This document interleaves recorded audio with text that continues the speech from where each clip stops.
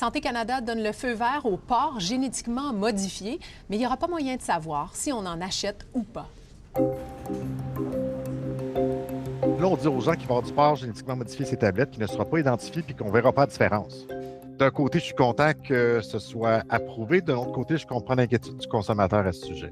Est-ce que ce produit-là est toxique? Je ne pense pas. Est-ce qu'il y a un risque de dérive? Absolument. Il faut vraiment contrôler ce qui se fait. Si on a créé un porc génétiquement modifié, c'est pour lutter contre un virus, le SRRP, le syndrome reproducteur et respiratoire porcin. C'est la maladie numéro 1 dans les élevages de porcs en Amérique du Nord.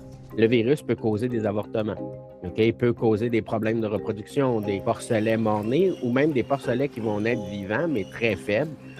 Au Canada, on estime que les dommages causés par ce virus s'élèvent à 130 millions de dollars par année.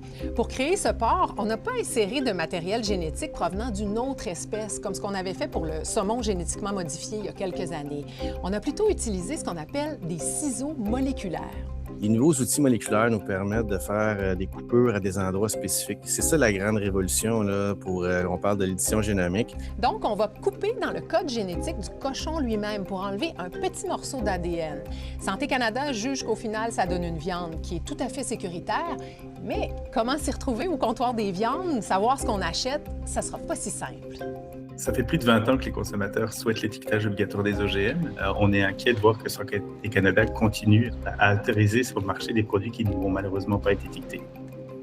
Dans un sondage l'automne dernier, on apprenait que plus de 80 des Canadiens souhaitent l'étiquetage obligatoire des OGM. Surtout que l'absence de transparence, ça peut miner la confiance du public. C'est exactement ce qui s'est passé avec le saumon génétiquement modifié. En 2016, le Canada est devenu le premier pays au monde à autoriser un animal transgénique pour la consommation humaine. Ce poisson-là était produit dans une usine à l'île du Prince-Édouard et il grossissait 2 fois plus vite qu'un saumon standard. Sauf que les gens n'en ont pas voulu.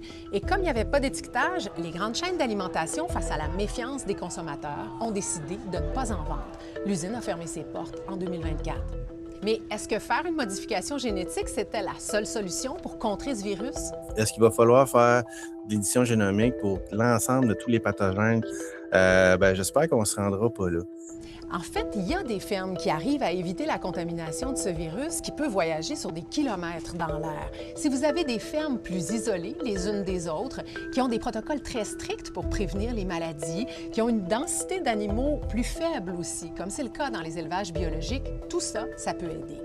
Puis en faisant de la modification génétique, oui, on met un plaster sur le bobo, mais on ne règle effectivement pas le problème de base.